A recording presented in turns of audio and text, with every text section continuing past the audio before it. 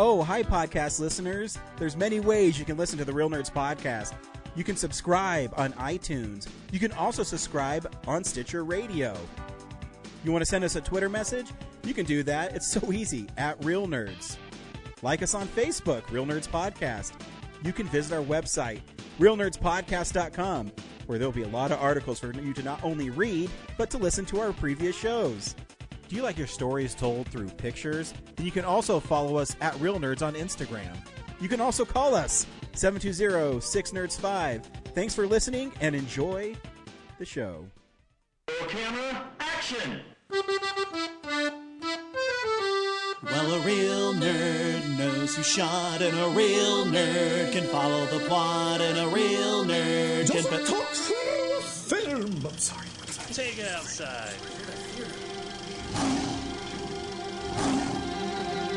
Well, a real nerd knows who shot, and a real nerd can follow the plot, and a real nerd will give it all they got. Lights, camera, action! Real nerds. Welcome to Real Nerds Podcast, hands down the best movie podcast on the internet. Every week, we see a new movie and we podcast our experience to the world. This week, it was Gladiator II, a movie that I didn't know there should be a sequel to. Stay tuned. We'll recommend the film or not, play the trailer, and then spoil the movie. And we'll also talk about the big movie news of the week and what we've been watching. You know, because we also like to dabble in film throughout the week. I'm joined by my buddy Brad. Hey, what's up? Brad, you sound sick. Oh, do I? Yeah. I shouldn't be. I haven't gone on a plane anywhere yet. Yeah, that is usually the telltale sign of you being sick. Yeah. Is you going on a plane. But yeah, I don't know. Maybe it's just the recording quality this week. Oh yeah, maybe. Zoom is acting weird. Yeah. Because this is what? The beginning of December? Yes, this is Yeah. like November 29th is when we're recording this, I believe. Yeah. Something like We're really not sure what today is. yes. We just go through life, living our lives to the fullest. So yeah, my trip to Vegas is next week, so I definitely haven't gone on that trip yet. Nice. Yeah, I can't wait for you to go on that trip. Yeah. And hopefully I won't get sick on the way back. Yeah, I hope you don't either, my friend. Yeah. I hope you don't either. What's new with you this Mm, week of November 29th? Nothing. I just work all the time, man. I don't have any cool stories yet. My job, I have to work on holidays, so I didn't have Thanksgiving with anybody. I got off work at about 9:30 p.m. and my mother-in-law made me a plate, so I went and picked that up, and I came home and I was eating Thanksgiving by myself. I was like, oh, man, you are one pathetic loser. Just like the divorced, haggard cop. Yeah, that's what it was. I was literally, it's funny you say that because our kitchen is like, has a U shape to it. So there's like kind of like a pop-up bar island thing. You know what I mean? Yeah. And so I was standing and just eating turkey. and I thought that too. I go, man, wife's asleep, kids asleep. I'm here eating leftover turkey, dipping it in gravy. And I'm like, it's so sad. But I really appreciate my mother-in-law saving me some Thanksgiving dinner. You're like the Patton Oswalt bit about the famous bowl, like just staring in the middle distance. Yeah, it totally was. Eat my bowl of slop. Yeah, actually, Patton Oswalt's been on my mind because they had, I don't know what it is, but patchouli is making some sort of comeback. Oh no! It's been everywhere, man. I went to Kellen's. My son had a band concert, and when I was there, like this lady was wearing patchouli behind me, and then I went to his hockey game, and they were wearing patchouli. And all I could think about is when he says that bit where he says, if you came in here and you pooped your pants, they wouldn't let you in here. They say, get out of here. You have poop pants. That's all I could think of. Yep. But yeah, gross. Is that really what it smells like? Because I don't think I've ever run into it. Oh, you'd know. It smells. I couldn't describe the scent. It smells like hobos fucking dirt. Um, it smells so. Gross. I hate the smell of it. But it's guess it's coming back. This week on Real Nerds, we saw Gladiator II. Brad, do you recommend a second trip to Rome? I don't know. I don't think it was like I had to see this movie or I had to like follow this story. Um, the spectacle's great. Like obviously Ridley Scott's a pro at making like historical epics that aren't even like historical, I guess. Um, but yeah, I also wonder like did they even watch the first one before they wrote this? Because some things don't line up. Because I rewatched the original shortly after, and I was like, yeah, that's not no, that didn't work, that didn't happen. Um, so yeah, it's great if you just want to like veg out and like revisit ancient Rome, um, and see the big spectacle. But like as a continuation of the original movie, I'm just like, I didn't need this. Yeah, I'm kind of in the same boat. It's not. You're right. The spectacle is awesome. Um, and I had the same kind of feeling when I was watching Ridley Scott's last film, Napoleon, where the setup is whatever, but when it gets to the battles, it's really cool because he knows how to stage them and film them. Uh, no one was really that memorable in it. Yeah, In the first one, you could pick Joaquin Phoenix or Russell Crowe, and they're kind of great foils for each other. This one, it's just people are in there.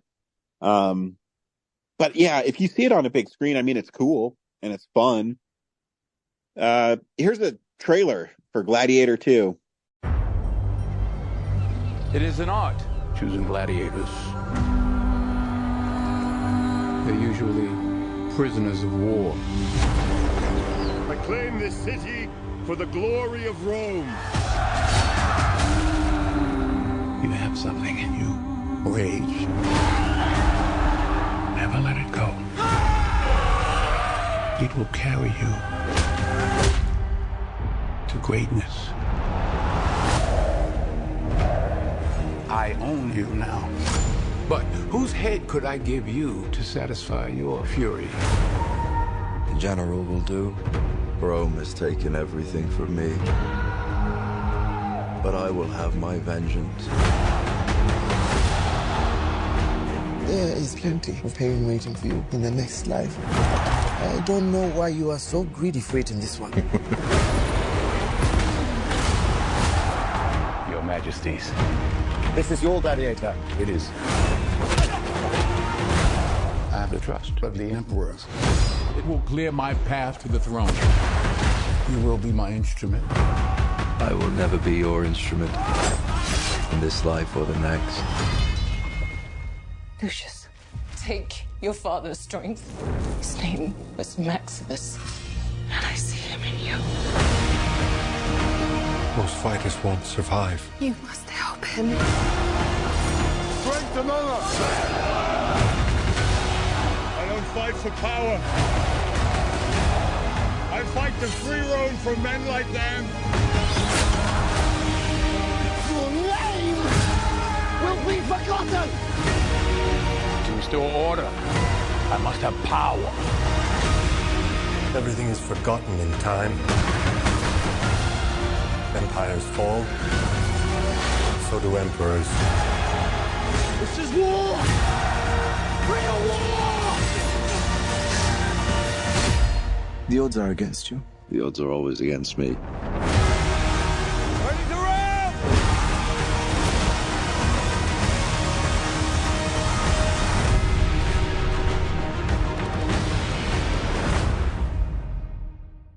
I mean, it's just another kind of tale of someone who loses his family and is, forced to fight. And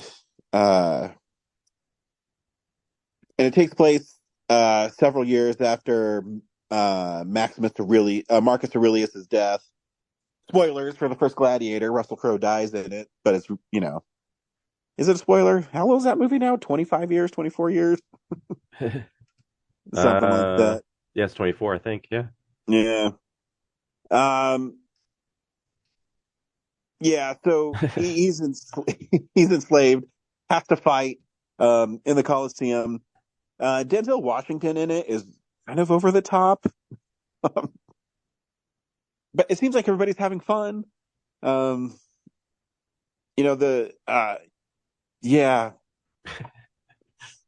I just saw this movie a couple days ago, but I'm having a really hard time remembering it. It sounded like it really stuck with you. Dude, I'm just so overwhelmed with the spectacle of it that, I can't even say what I'm trying to say. Maybe Brad, maybe you should explain the movie because it stuck with you a lot better, it appears. Yeah, so right off the bat, Pedro Pascal is like it's basically like the lead general, like Maximus was for whoever's in charge now. And the movie opens with him like conquering some, village somewhere and just like laying waste to everybody. You think, oh, he's a bad guy. And then the cool thing I thought in the movie was like it cuts, back to Rome, and he's doing that, but he's actually part of the resistance. And yeah, he's actually trying to stop the crazy new emperors, which I don't know how they became the new emperors, because they don't seem related to anybody. Because like Lucilla, like someone related to Lucilla should be the new, but those just seem like two random creeps who got picked to be emperor. But anyway, he's trying to like covertly take them down, but in the process of this, he does harm Lucius, kill his wife or girlfriend. So Lucius has it out for him.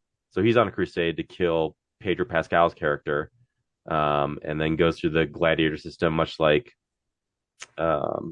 Maximus did. And he's not called Lucius, though. He has like some slave name or something. But well, it's always hard. It's because the names, are so difficult sometimes to keep straight. Well, sometimes they're so similar because they're like descendants of the people. They just like changed like the name a little bit, or they're like just completely weird and wonky. But anyway, okay, yeah, Paul Mescal. Yeah, he calls himself Hano.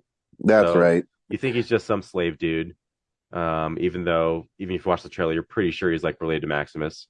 But anyway, so he gets his village gets decimated, his girlfriend dies, he swears vengeance, but he gets sold into slavery. Vengeance! He meets up with Macrinus, who is Denzel Washington's character, who's basically Oliver Reed's character from the first movie. And then Denzel Washington sends him through the slave system, and they go back to Rome, and they start doing gladiator battles. And soon after we find out, after Hano starts like being a badass, we find out that he's actually Lucius Verus, who was the little kid from the first Gladiator movie, who Lucilla at the end of that movie was like, "It's okay to sleep, Maximus. Lucius will be safe." And then this movie says immediately like, "No, as soon as you died, I had to throw him on a horse and send him out of Rome forever." And Lucius is like 12 or 13 in that movie. And so Hano, this guy is like, comes to Rome and is like, "I don't know who my parents were." How do you know that your like mom was one of the like leaders of Rome? Like, how do you forget that? Like, it's not like he's a 60-year-old slave. He's like probably like 6-7 years have passed. Yeah. You know what I really remember about this movie is the rhino. The CGI rhino. Yeah. I really remember that like I dozed off and then woke up and suddenly the stadium was filled with water and sharks. Yeah. Like how? How did they fill it with water? how? Like, how? Is Yeah, Rome there's just, like built on top of a lake? they really upped the animal violence in this one. I mean, the last one, I haven't seen it in a while, but I just remember the lions and tigers and stuff. I mean, this one, there's a monkey that kills someone. The sharks. Yeah, I remember the first one where it's like a big deal that like, oh, Maximus like is fighting against tigers. Yeah. But now it's like, yeah, they really took it up a notch. So anyway, yeah. So yeah, then Lucilla kind of figures out like, oh, this is the son I sent away. How did I not recognize him? And then when you suddenly think that like everything's on a path to stop the two like twin emperor guys, psych, it's actually Denzel Washington, Macrinus, has been on this quest to like screw over everybody and take over Rome and like decimate Rome from the inside. Yeah. So yeah, like Pedro Pascal gets taken out really early on. Yeah, it's interesting because they always sell him a lot because he's always like the charming guy in pretty much anything he does. But yeah, it was like really like that was the most interesting. Like if you're gonna put personal stakes in the movie, like taking him out early and then having Pedro Pascal like, oh, I guess he's gonna go up against Denzel for some reason. Like yeah, like the emperors kill Acacius. Yeah. So anyway, yeah. Yeah, and those emperors have a monkey, which is Lord Dondas. Yeah, and they like kill each other for power, and then Denzel kills them, the remaining one, and yeah, it's just like a slaughtering. Yeah, like everybody dies. It's always fun. I mean, I do like Ridley Scott historical quote unquote historical in quotes epics because people definitely get eviscerated. Like the rhino reminded me of the unicorn from Cabin in the Woods, just goring people with its horn and throwing it against a pillar and shit. I'm always down for animals killing people. I don't know why. Yeah, the funniest thing for me is like just waking up and suddenly like there's a ship and water inside the Colosseum and there's like battles going on. It's like, what happened? I always think it's funny that you sleep really well when you go see movies in theaters. Yeah. A lot of times you're just by yourself and it's quiet and I've never done that because I'm too worried if you're going to draw dicks on my face or something. Like a really veiny, triumphant one. That's a really strange thing to expect people to do. Like, imagine you're just like going to like an 11 o'clock movie, sitting in the back, and then just like creeping up to see if the guy in the third row is asleep. So you have to like, if he's not, then it's like you look like a creep who's just peering down the row and be like, oh, he's still awake. I should just jump back up there and then coming back down again to see if he's awake. Yeah. It's a really weird thing, Ryan. Well, you never know. And then I walk out there and says, I'll take some M&Ms. And they're like, dude, you have a dick on your face. So yeah. What are we talking about? Gladiator 2, really overcomplicated compared to the first movie, which is very elemental and one revenge story. Whereas this is just like crossover. Yeah. Yeah, and you can tell it really stuck with me. Yeah. Not a great story, I think. No, it's fun though. It's a fun movie. It was cool seeing it on a big screen. I always like the sound and the spectacle of movies like that when they're projected on the biggest screen possible. I think too, like it was probably, I don't know, in some respects easier to make than the first one. Because like just how much CGI has progressed. Because in the first Gladiator, like a lot of those wide Rome shots were like kind of, I don't know, ahead of their time. Like that wasn't something you just like throw together really quickly. But now like creating CGI cityscapes is kind of it's so what common you do now. Yeah, that they're just like, oh, I can make Like the first movie makes a big deal about like looking up at this, like the Colosseum in the movie is like way bigger than the actual one in Rome, Yeah. CGI wise, just to make it like feel huge, and cinematic. And then like, yeah, now it's just like, oh, we can recreate the whole city like in so much detail really quickly that it doesn't even matter. It's like an It is. afterthought. Yeah, it's definitely a crazy, the progression, and sometimes it takes a step back, when you see movies like Red One. Yeah. Hey, this is a big news story of the week. It's real news. Brad, Robert Downey Jr. is not the only Avenger returning for Doomsday. Chris Evans is also returning, and so is Haley Atwell. We do know Haley Atwell is going to be playing Peggy Carter, and we don't know if she's going to be Captain Carter, which I think would be sweet. Last time we saw her, she was killed by the Scarlet Witch in Multiverse of Madness. And they're keeping Chris Evans' characters under wraps. So they're definitely bringing the multiverse to a head, it sounds like, in this Doomsday film. Yeah, it's starting to sound like a Star Trek Mirror Universe movie where they're just fighting like the goateed versions of the characters you love.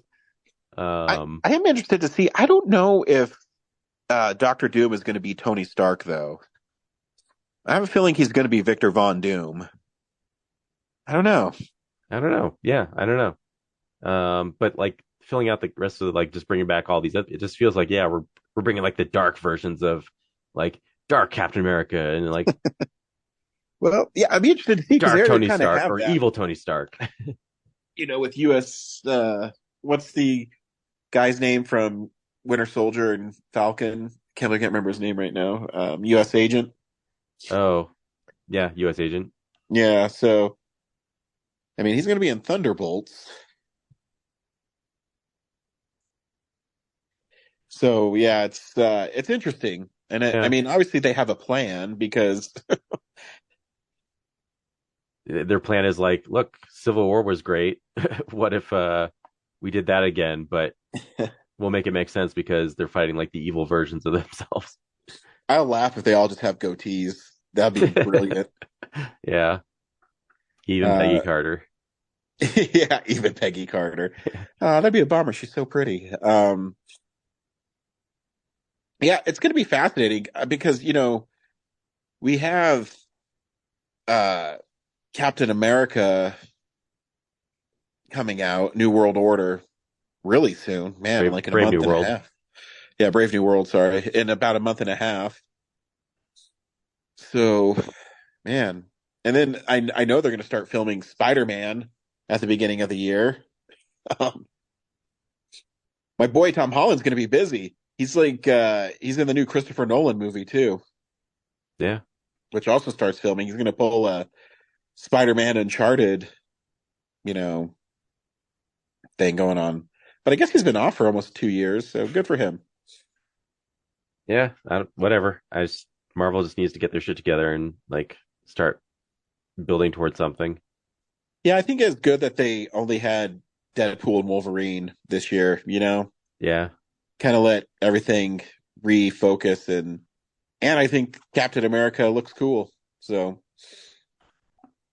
yeah, I mean, if they don't get on the ball, DC's coming right down the pipeline with their stuff. So I know. I think if I saw a tweet, I think Superman trailer comes out on the 19th of December. I'm just looking into my crystal ball with a guess here on November 29th. Because that's movie's supposed to come out next summer, so it's time to get promoting. Yep, for sure. Hey, sorry, didn't mean to cut you off. That's okay. We see films at our house throughout the week, and sometimes in the movie theaters that aren't the film of the week. In a segment I call "What We've Been Watching." So, this is the stuff we've been watching. Brad, what'd you watch this week of November 29th? Let's see. pretty sure I watched a mystery movie, Monday mystery movie of the week. Yeah, what was that? At Regal.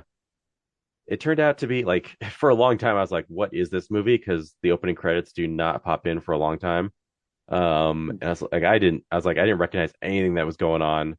And then eventually I figured it out. So I'm watching this movie where like there's these guys in this car. It's like I think the late 70s, early 80s.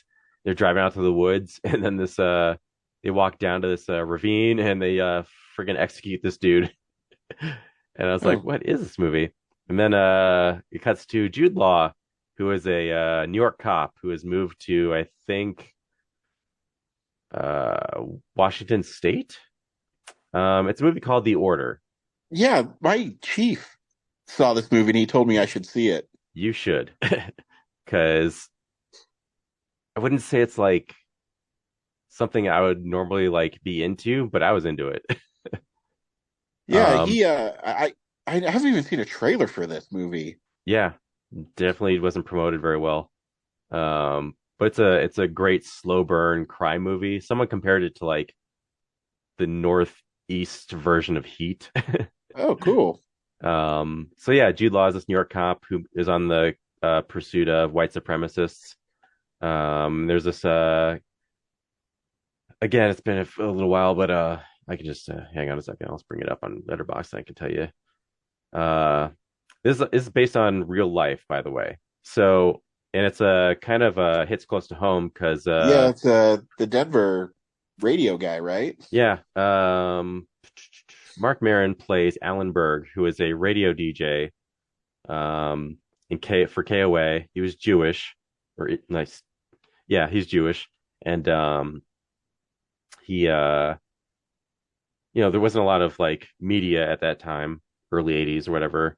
So the reach of that program was all over the place. And white supremacists did not appreciate his takes on things. So one day they decided to execute him, and he came home, got out of his car in his driveway, and just got unloaded like just semi-automatics, just like I think it was like 21 bullets in him or something. Yeah, it's not good. Yeah, pretty shocking. But prior to that, Robert J. Matthews, who is played by Nicholas Hoult, he's part of this neo-Nazi cult. I forget where. It might have still been Washington. It's kind of like all over the Northeast.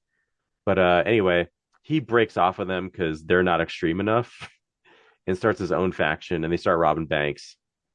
So Jude Law's on to like figuring out like who those guys are. And then Jude Law teams up with Ty Sheridan, who's like this rookie cop in the area who actually wants to stop them. Yeah, there's lots of good actors in this movie. Yeah. So anyway, they're on the quest to stop these guys, and it's kind of like a cat and mouse game of like where are they gonna strike next, and like who are they, like how do they track them down,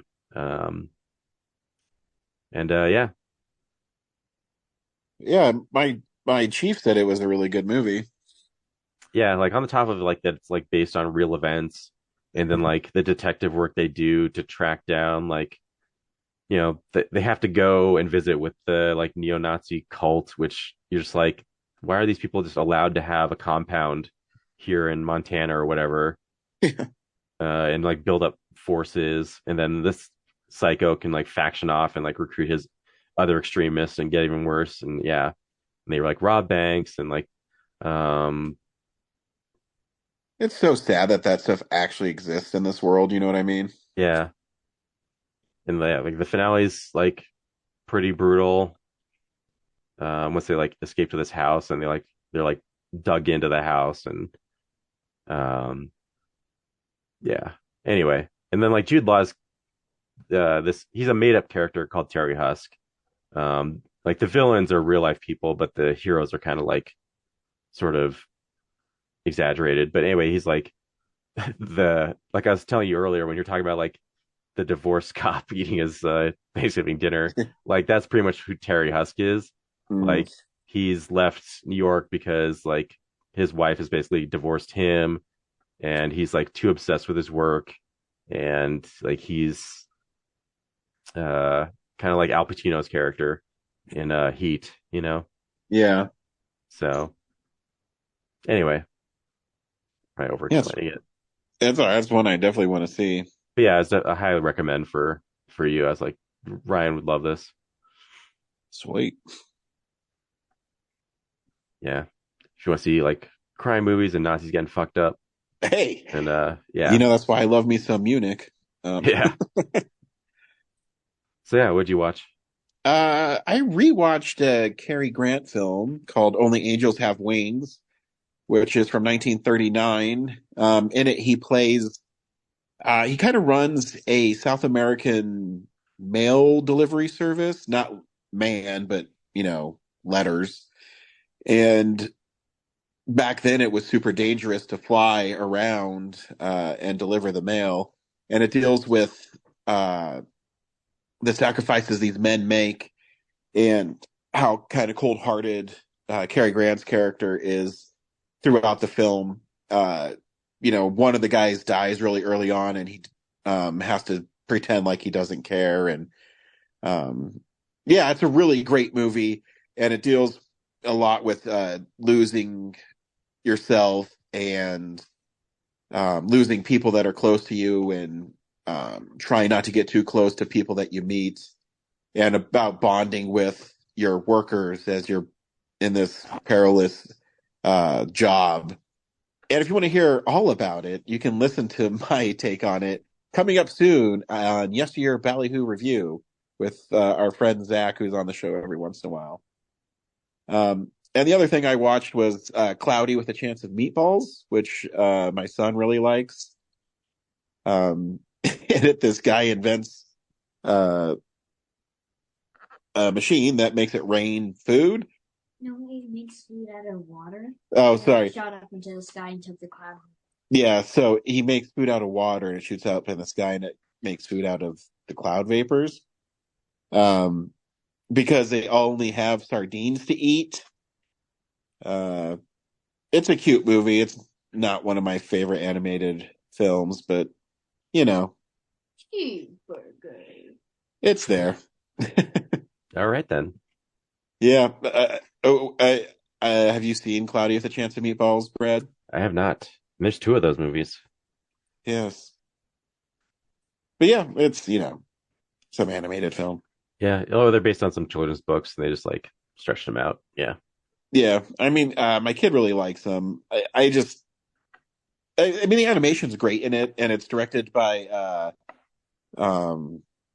Christopher Miller and Phil Lord. So, I mean, there's some funny moments in it because they're really talented filmmakers and they're really funny.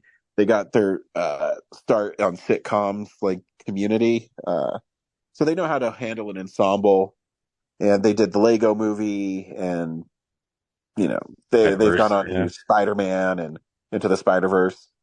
So they're really, you know, popular, and they got fired from Solo, a Star Wars story, you know, so they know what they're doing.